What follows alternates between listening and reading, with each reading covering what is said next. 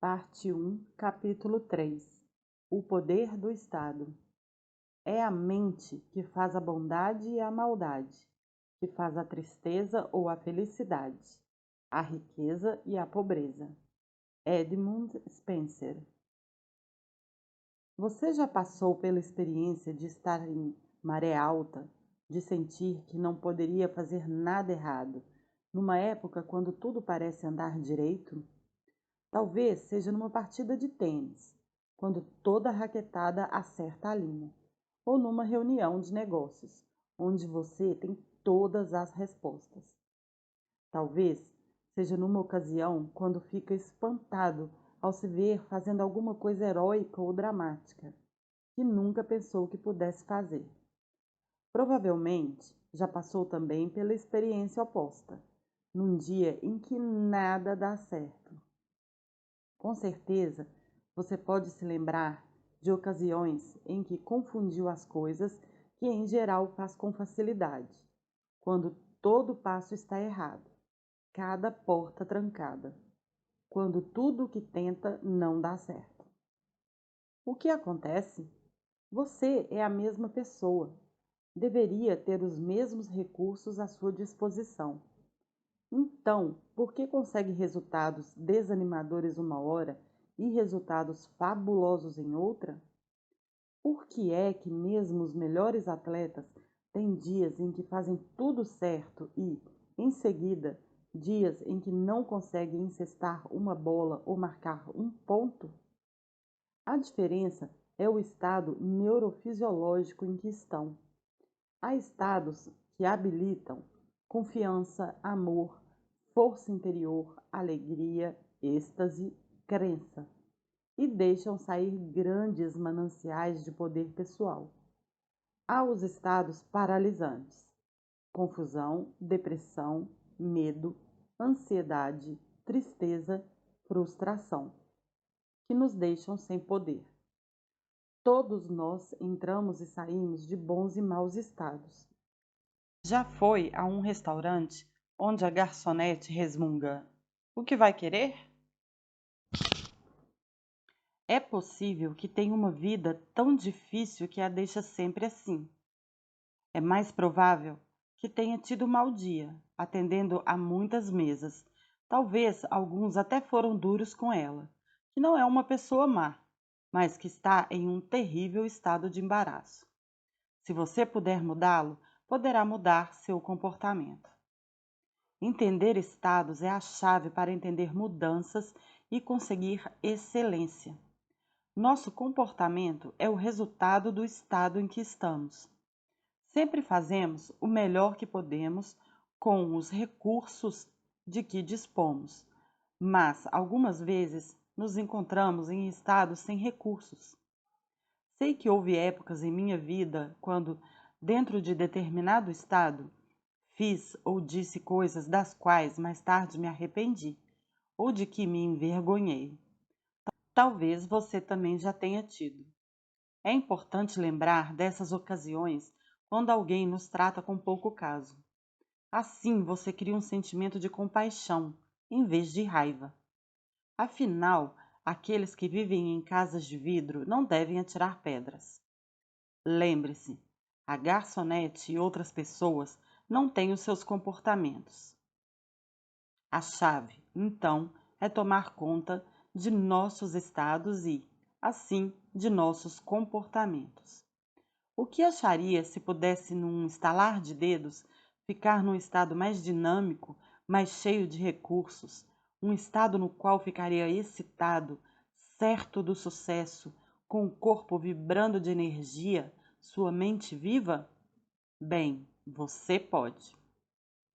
Quando terminar este livro, estará sabendo como se pôr em seu estado mais rico de recursos e poder, e como sair de estados empobrecedores quando quiser. Lembre-se, a chave do poder é agir. Minha meta é compartilhar com você como usar os estados que levam à ação decisiva, congruente, assumida. Neste capítulo, vamos aprender o que são estados e como trabalham. e vamos aprender por que podemos controlá-los e fazê-los trabalhar para nós.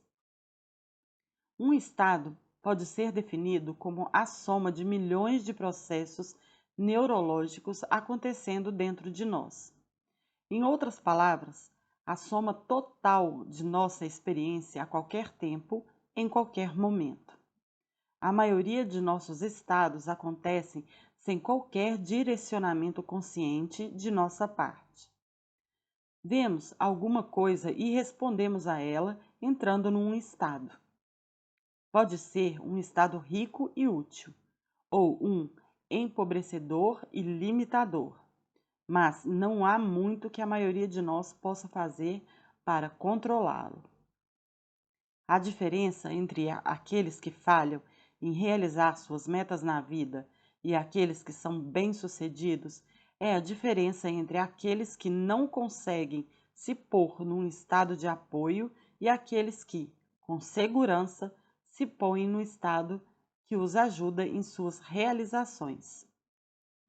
Por que será que certas coisas tão bobas parecem tão inteligentes quando é você que as faz? Quase tudo que as pessoas querem é algum estado possível. Faça uma lista das coisas que quer na vida. Quer amor? Bem, amor é um estado, um sentimento ou emoção que comunicamos para nós mesmos e que sentimos dentro de nós, baseados em certos estímulos do meio. Confiança? Respeito? São coisas que criamos. Produzimos esses estados dentro de nós. Talvez você queira dinheiro. Bem, você não se interessa em ter pequenos pedaços de papel verde, enfeitados com os rostos de diversos mortos notáveis.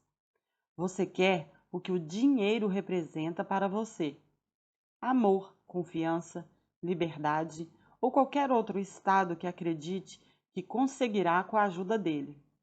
Assim, a chave para o amor, a alegria, para aquele poder que o homem tem procurado há anos, a capacidade de dirigir sua vida, é a habilidade de saber como dirigir seus estados.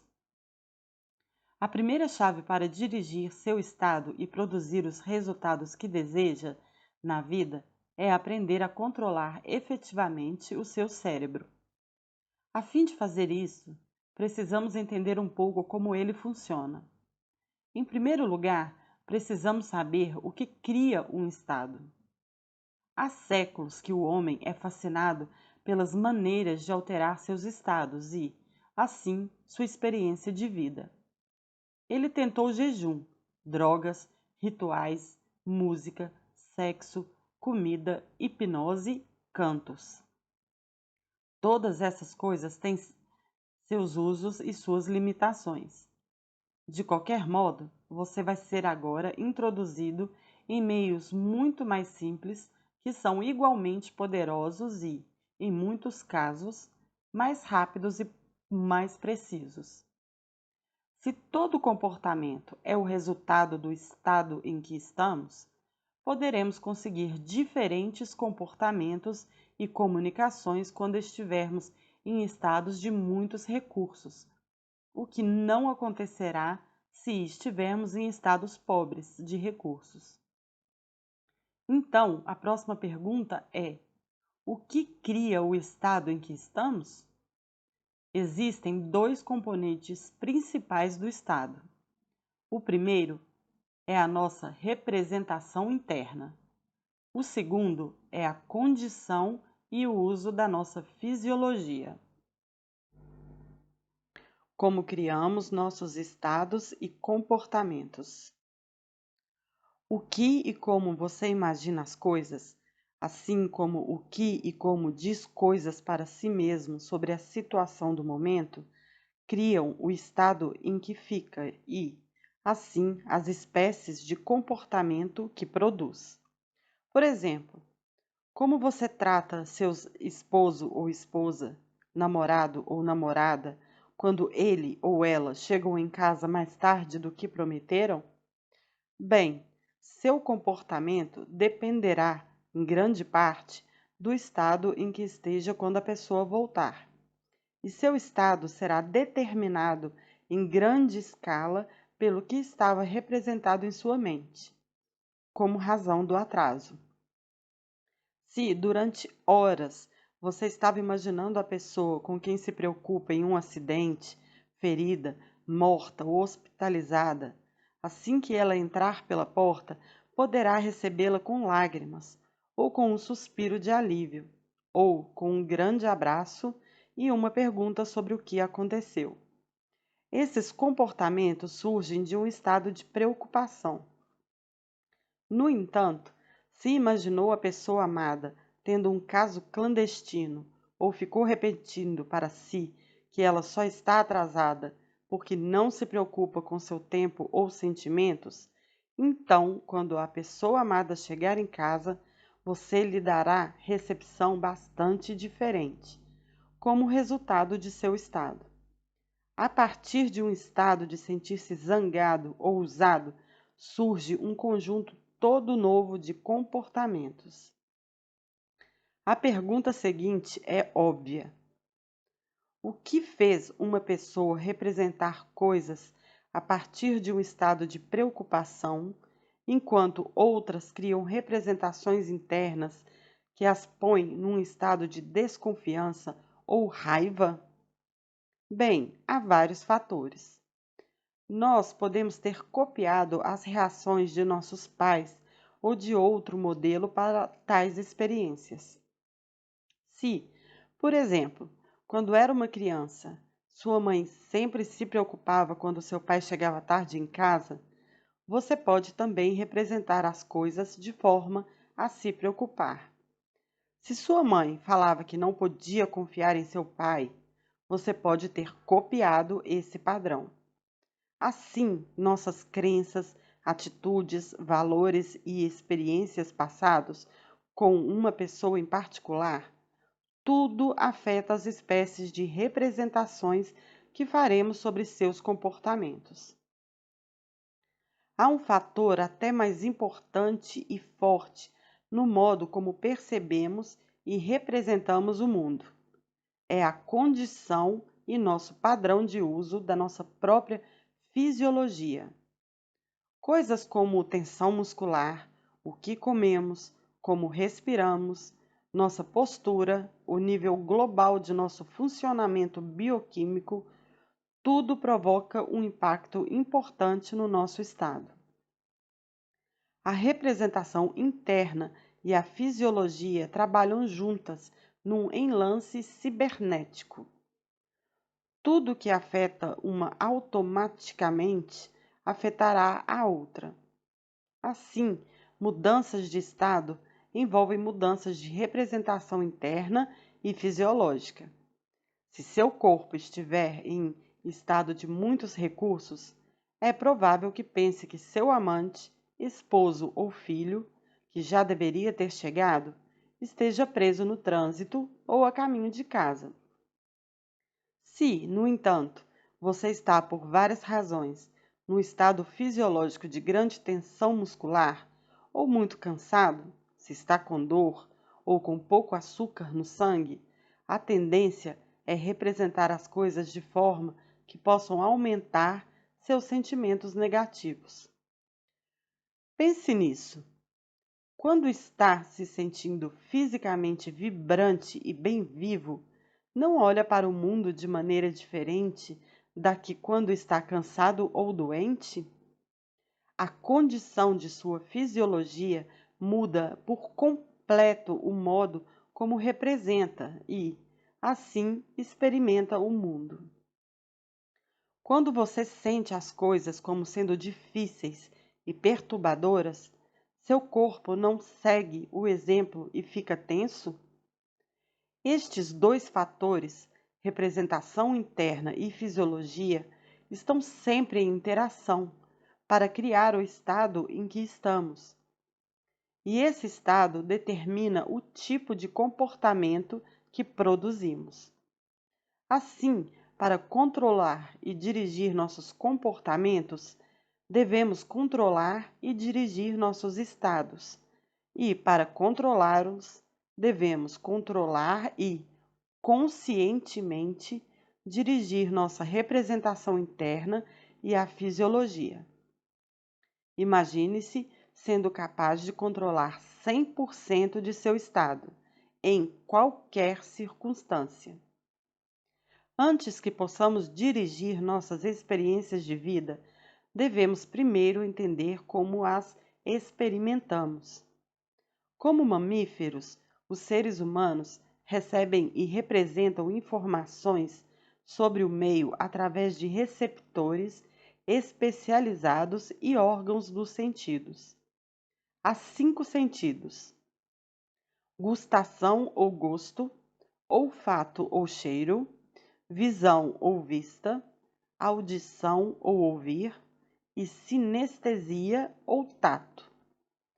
Formamos a maioria das decisões que afetam o nosso comportamento, a princípio, usando só 3 destes sentidos: o visual, o auditivo e os sistemas sinestésicos.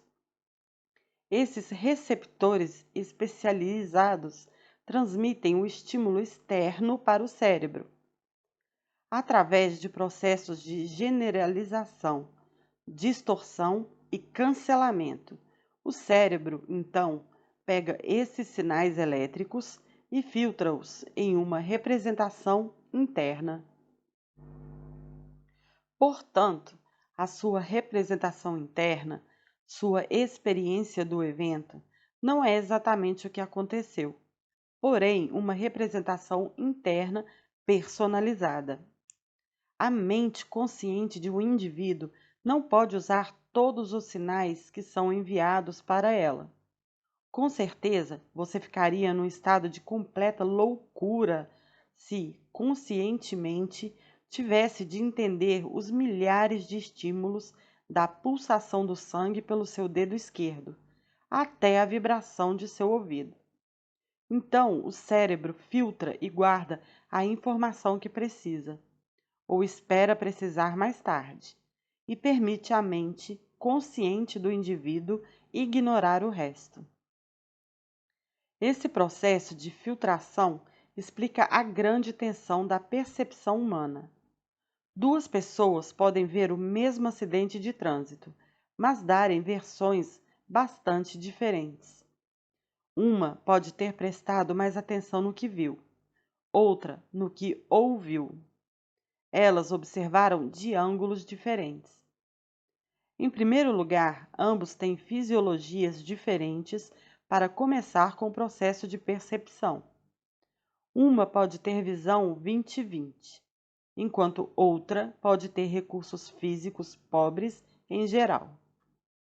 Talvez uma tenha estado num acidente e tenha uma representação muito viva, já estocada. Qualquer que seja o caso, as 2 terão representações muito diferentes do mesmo acontecimento. E irão guardar essas percepções e representações internas como novos filtros, através dos quais irão ter experiências de coisas no futuro. Há um conceito importante que é usado na PNL. O mapa não é o território. Como Alfred Korzybski fez notar em seu Science e Sanity, as características importantes dos mapas devem ser notadas. Um mapa não é o território que ele representa, mas, se estiver correto, tem uma estrutura similar ao território, o que é válido para sua utilização. O significado para indivíduos é que sua representação interna não é a versão precisa de um evento. É só uma interpretação, filtrada através de crenças pessoais específicas, atitudes, valores e uma coisa chamada metaprograma. Talvez seja por isso que Einstein, certa vez, disse: aquele que tenta se pôr como juiz no campo da verdade e do conhecimento é afundado pela risada dos deuses. Uma vez que não sabemos como são as coisas na realidade, mas só como as representamos para nós mesmos? Por que não representá-las de uma forma que nos fortaleça e aos outros, em vez de criar limitações? A chave para fazer isso com sucesso é o direcionamento da memória, a formação de representações que criem com solidez os mais fortalecedores estados para o indivíduo. Em qualquer experiência, você tem muitas coisas que pode focar. Mesmo a pessoa mais bem-sucedida pode pensar no que não está dando certo e entrar num estado de depressão, frustração ou raiva, ou pode enfocar todas as coisas que dão certo em sua vida. Não importa o quão terrível seja a situação, você pode representá-la de uma forma que o fortaleça. As pessoas de sucesso são capazes de ter acesso aos seus estados mais cheios de recursos em uma base consistente.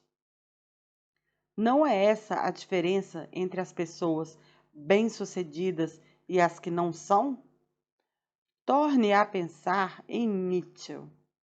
Não é o que lhe aconteceu que importa, mas a maneira como representou o que aconteceu. Apesar de estar terrivelmente queimado e, depois, paralisado, ele encontrou uma maneira de se pôr num estado rico de recursos. Lembre-se, nada é intrinsecamente mal ou bom. Valor é como nós o representamos para nós mesmos. Podemos representar as coisas de uma maneira que nos deixa num estado positivo, ou podemos fazer o oposto. Pare um momento para pensar num tempo em que você estava num estado de força. Isso é o que fazemos ao andar no fogo. Se eu lhe pedir que deixe este livro e ande por um leito de brasas, duvido que se levante e o faça. Não é alguma coisa que acredite que possa fazer. E você pode não ter recursos de percepções e estados associados a essa tarefa. Assim, quando digo isso, com certeza você não entra no estado que o apoiaria para executar essa ação. O passeio no fogo ensina as pessoas como mudar seus estados e seus comportamentos de uma forma a fortalecê-las para agir e conseguir novos resultados, apesar do medo ou outros fatores limitadores. Pessoas que andaram no fogo não são diferentes do que eram quando entraram, pensando que andar no fogo era impossível. Mas elas aprenderam como mudar sua fisiologia e como mudar suas representações internas sobre o que podem ou não podem fazer. Assim, o andar no fogo é transformado de algo terrível numa coisa que sabem que poderão fazer. Eles agora podem se pôr num total estado de recursos e, a partir deste estado, podem produzir muitas ações e resultados que, no passado, rotularam de impossíveis. O passeio no fogo ajuda as pessoas a formarem uma nova representação interna de possibilidades. Se essa coisa que parecia tão impossível era só uma limitação em suas mentes, então que outras impossibilidades são também realmente muito possíveis? Uma coisa é falar sobre o poder do Estado, outra é experimentá-lo. Isso é o que o passeio no fogo faz. Proporciona um novo modelo para crença e possibilidade e cria uma nova associação de percepção interna ou de estado para as pessoas, que faz com que suas vidas andem melhor e as capacita a fazer mais do que alguma vez pensaram ser possível. Demonstra-se com clareza para elas que seus comportamentos são o resultado do estado em que estão, pois, no momento, se fizeram umas poucas mudanças em como representam a experiência para si, que pode tornar-se tão confiantes a ponto de chegarem à ação efetiva. Claro que há muitas maneiras de fazer isso. O passeio no fogo é só uma maneira dramática e divertida que as pessoas raramente esquecem. A chave para produzir os resultados que deseja, então, é representar coisas para si de uma maneira e por você em tal estado de recursos que fique fortalecido para praticar os tipos e qualidades de ação que criem o desejado resultado. Fracassar nisto também significará fracassar até mesmo na tentativa de fazer o que deseja. Se lhe digo, vamos andar no fogo, o estímulo que produzo para você, em palavras e linguagem corporal, vai para seu cérebro, onde você forma uma representação. Se imaginar pessoas com argolas nos narizes, tornando parte em algum ritual impressionante, ou pessoas queimando em postes, não ficará em muito bom estado. Se formar a representação de você mesmo se queimando, pior ainda será seu estado. No entanto, se imaginassem pessoas batendo palmas, dançando e festejando juntas, se visse uma cena de total alegria e excitação, você ficaria num estado bem diferente. Se visse andando com saúde e alegria e dissesse, sim, posso fazer isso, com certeza, e movesse seu corpo como se estivesse totalmente confiante, então esses sinais neurológicos o colocariam num estado onde poderia muito bem agir e andar. O mesmo é verdade para tudo na vida. Se representamos para nós que as coisas não vão funcionar, elas não funcionarão. Se formamos uma representação que as coisas funcionarão, então criamos os recursos internos que precisamos para conseguir o estado que nos apoiará na produção de resultados positivos. A diferença entre Ted Turner, Lila Coca, Mitchell e outras pessoas é que eles representam o mundo como um lugar onde podem conseguir qualquer resultado que desejem muito. É óbvio que, mesmo no melhor estado, nem sempre conseguimos os resultados que desejamos.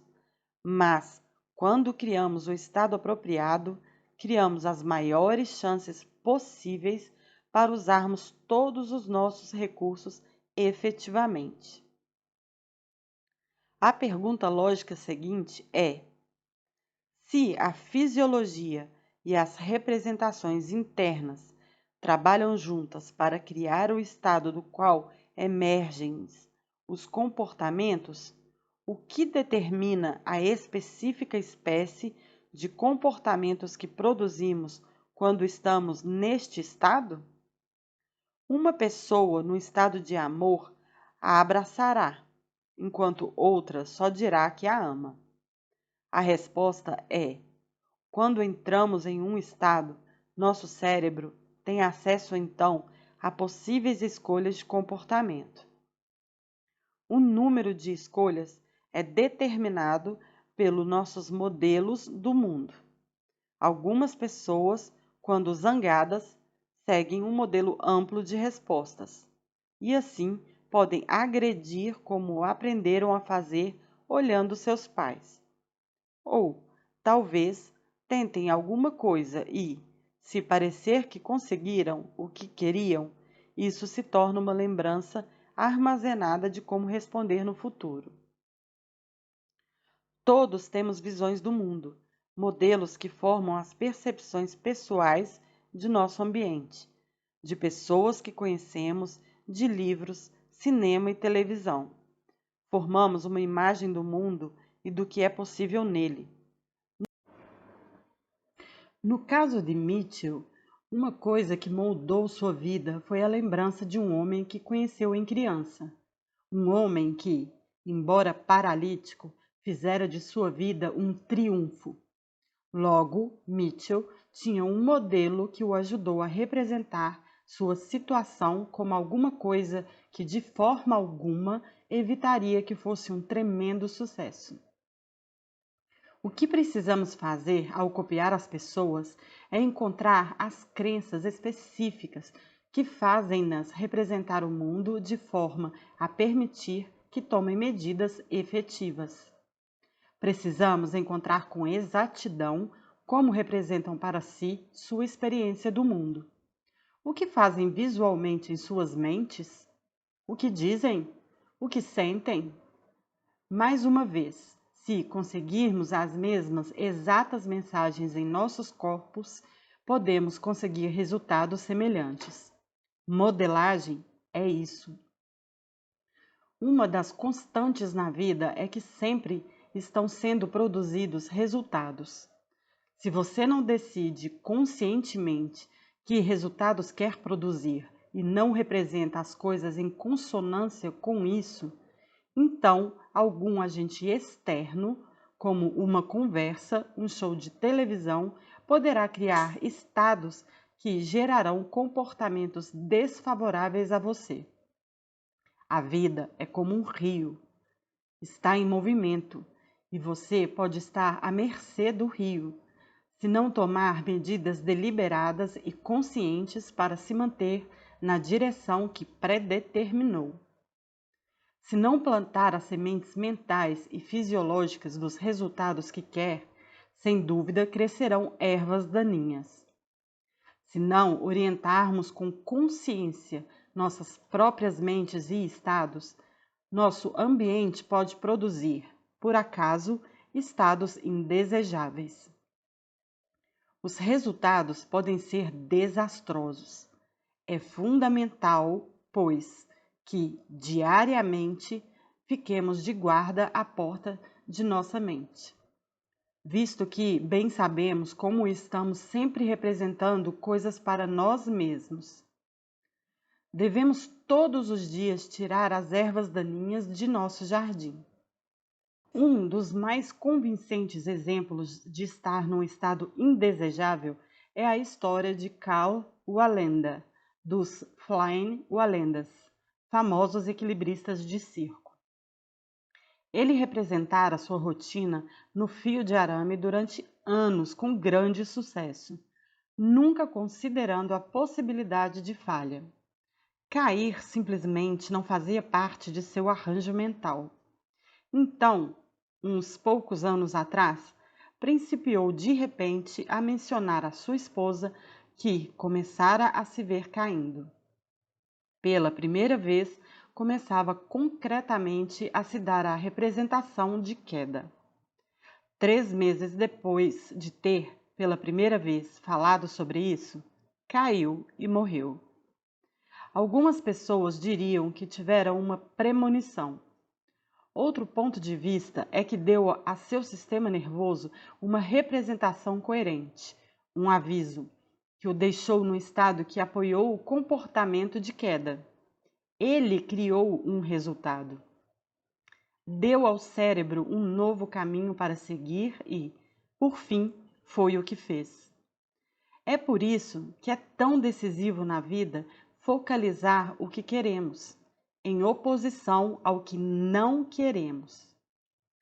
Se você está sempre focalizando todas as coisas más da vida, tudo o que não quer, ou todos os possíveis problemas, você se põe num estado que apoia esses tipos de comportamentos e resultados. Por exemplo, você é uma pessoa ciumenta? Não, não é.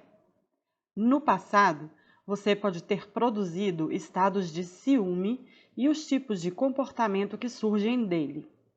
No entanto, seu comportamento não se confunde com você.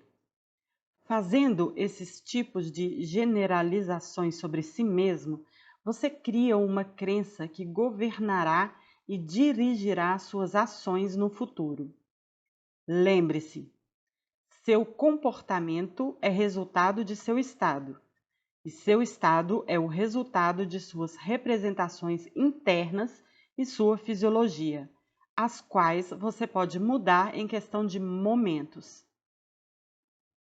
Se no passado você foi ciumento, isso só significa que representou coisas de forma tal a criar esse estado. Agora, você pode representar coisas de uma nova maneira e produzir novos estados e seus respectivos comportamentos. Lembre-se, sempre temos uma escolha de como representar as coisas para nós mesmos. Se você representar que a pessoa que ama o está enganando, logo se encontrará num estado de fúria e raiva. Guarde na memória. Você não tem prova que isso é verdade, mas experimente-o em seu corpo como se fosse. Assim, quando a pessoa que ama chegar em casa, estará desconfiado e zangado. Nesse estado, como trata a pessoa que ama? Em geral, não muito bem. Você pode agredi-la e atacá-la com palavras, ou só sentir-se muito mal internamente e criar algum outro comportamento de represália mais tarde. Lembre-se, a pessoa que você ama pode não ter feito nada, mas a espécie de comportamento que você produziu a partir de tal estado talvez faça com que ela queira estar com alguma outra pessoa. Se você é ciumento, você cria esse estado. Você pode mudar as cenas negativas para imagens de seu amado tendo dificuldades para voltar para casa. Esse novo processo de encenação deixará você num estado tal que, quando ele chegar em casa, você se comportará de um jeito que o fará sentir-se querido e, assim, aumentará seu desejo de estar com você. Poderá haver ocasiões em que a pessoa amada estará na realidade fazendo aquilo que você imaginou. Porém, por que gastar tanta emoção até ter certeza? A maioria das vezes é pouco provável que seja verdade e, no entanto, você criou todas as espécies de dores para ambos. E para quê? Toda ação é antecedida por um pensamento. Ralph Waldo Emerson. Se controlarmos nossas comunicações dentro de nós e produzirmos sinais visuais, auditivos e sinestésicos do que queremos, consequentemente, pode ser produzidos resultados positivos relevantes, mesmo em situações em que as possibilidades de sucesso parecem limitadas ou inexistentes. Os mais poderosos e efetivos gerentes, treinadores, pais e motivadores são aqueles que podem representar as circunstâncias da vida para si e para os outros, de uma forma que assinale sucesso para o sistema nervoso, apesar dos estímulos externos aparentemente sem interesse. Eles se mantêm e aos outros num estado de total desembaraço, a fim de poderem continuar a tomar medidas até serem bem-sucedidos. Com certeza, você já ouviu falar de Mel Fisher. É o homem que por 17 anos procurou um tesouro enterrado no mar e acabou descobrindo barras de ouro e prata valendo cerca de 400 mil dólares. Num artigo que li a respeito dele, perguntaram a um dos membros da tripulação por que Mel Fisher havia se empenhado por tanto tempo. Respondeu que Mel tinha a habilidade de manter a todos excitados. Todos os dias, Fisher dizia para si e para a tripulação: "Hoje é o dia, é no fim do dia, amanhã é o dia." Mas só dizer isso não era suficiente. Também dizia isso em harmonia com seu tom de voz, as imagens de sua mente e seus sentimentos. Todos os dias ele se punha num estado tal que pudesse continuar a tomar medidas, até ser bem-sucedido. Ele é um exemplo clássico da fórmula de sucesso final. Conhecia seu objetivo, tomou medidas, aprendeu o que dava certo e, se não dava, tentava outra coisa. até ser bem-sucedido. Um dos melhores motivadores que conheço é Dick Tomey, chefe de futebol da Universidade do Havaí. Ele realmente entende como as representações internas das pessoas afetam seus desempenhos. Certa vez, num jogo contra a Universidade de Wyoming, seu time estava sendo empurrado por todo o campo. No intervalo, a contagem era 22-0 e seu time não parecia estar no mesmo campo que o Wyoming. Você pode imaginar em que espécie de estado os jogadores dele estavam quando se reuniram no vestiário no intervalo? Ele observou-os cabisbaixos, expressões desanimadas e percebeu que, a menos que mudasse seus estados, estariam perdidos no segundo tempo.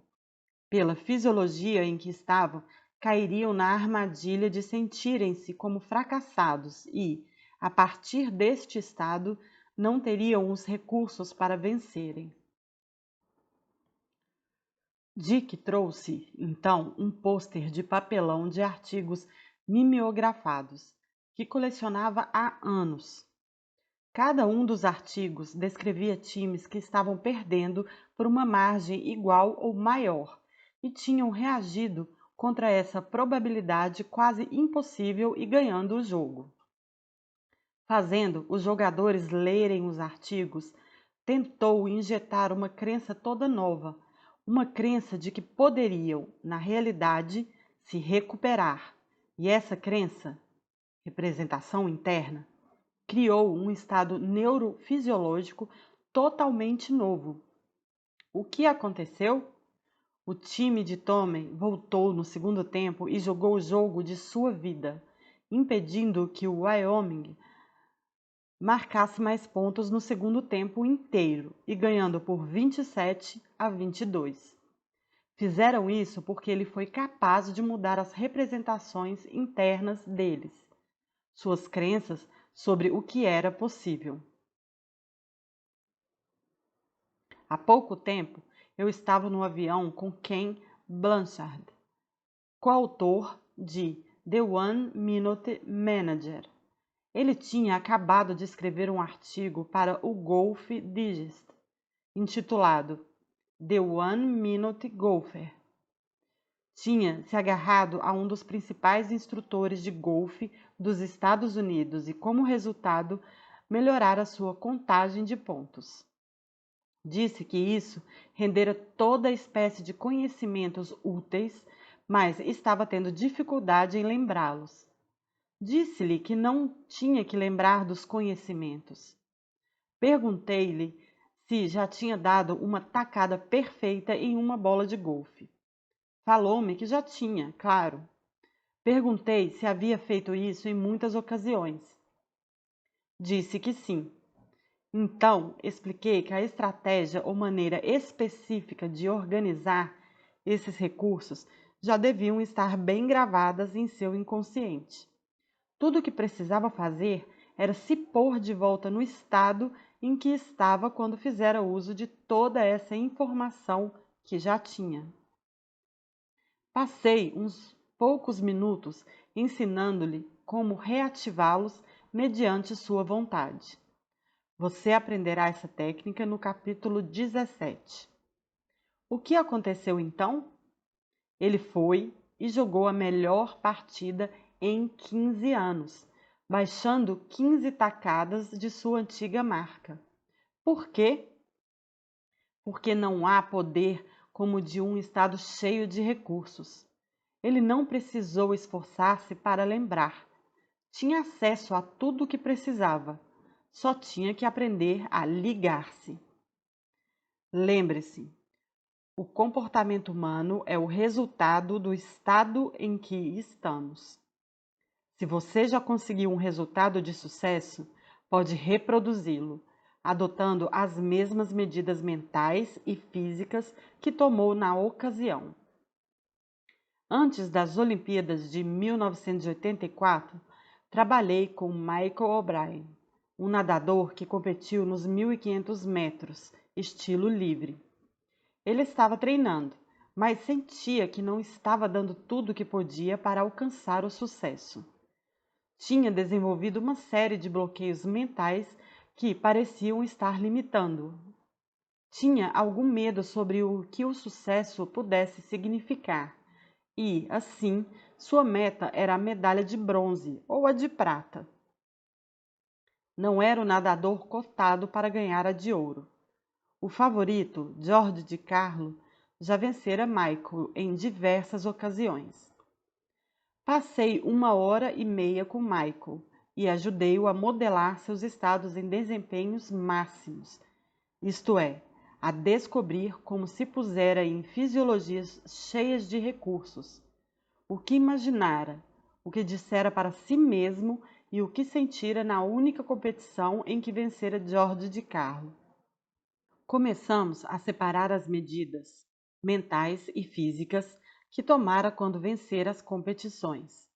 Ligamos o estado em que estava nessas ocasiões a um acionador automático, o som do revólver de partida disparando.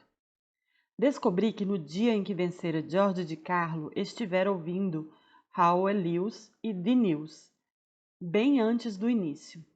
Assim, no dia das finais das Olimpíadas, ele repetiu as mesmas coisas, as mesmas ações que fizera no dia em que vencera, e até ouviu Halley Lewis momentos antes. Venceu Jorge de Carlo e ganhou a medalha de ouro por 6 segundos cravados. Você já assistiu ao filme Os Gritos do Silêncio?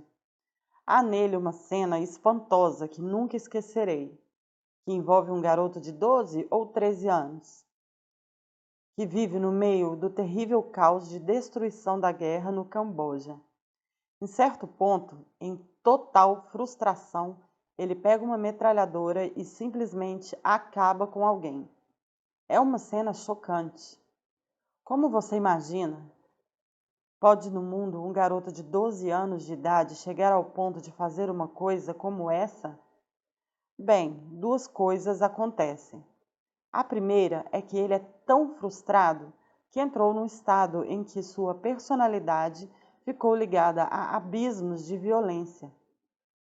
A segunda é que ele vive numa cultura tão permeada de guerra e destruição que pegar uma metralhadora parece uma resposta apropriada. Ele viu outros fazerem e fez o mesmo. É uma terrível cena negativa. Tentei concentrar-me nos estados mais positivos, mas é um dramático lembrete de como podemos fazer coisas num estado, bom ou mau, que nunca fizemos em outro. Estou enfatizando isso mais e mais a fim de que fique bem entranhado em você. A espécie de comportamento que as pessoas produzem é o resultado do estado em que estão. Como respondem especificamente a partir deste estado é baseado nos seus modelos do mundo, isto é, suas estratégias neurológicas armazenadas. Eu não poderia ter feito Michael O'Brien ganhar a medalha de ouro nas Olimpíadas. Ele teve de trabalhar a maior parte de sua vida para guardar as estratégias, as respostas musculares e assim por diante. Mas o que pude fazer foi encontrar como ele poderia convocar os mais efetivos recursos, suas estratégias de sucesso, sob sugestão e nos minutos-chave em que precisava deles. A maioria das pessoas toma muito poucas medidas conscientes para dirigir seus estados. Elas acordam deprimidas ou acordam energizadas. As mudanças boas as levantam e as más derrubam-nas. Uma diferença entre pessoas em qualquer campo é quão efetivamente dirigem seus recursos. É mais claro em atletismo. Ninguém é bem-sucedido todas as vezes, mas certos atletas têm a habilidade de se porem num estado rico de recursos, quase que por sugestão, que geralmente aparece no momento certo. Por que Red Jackson venceu todas aquelas corridas em outubro? Como Larry Bird ou Jerry West desenvolveram a estranha habilidade de acertar todos os tiros na competição? Eles foram capazes de mobilizar o que tinham de melhor quando precisaram, quando a pressão era maior. A maioria das pessoas está atrás de mudança de estado.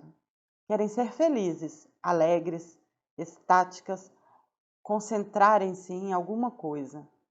Querem paz de espírito ou estão tentando sair de estados de que não gostam. Sentem-se frustradas, zangadas, perturbadas, aborrecidas. Então, o que a maioria das pessoas faz?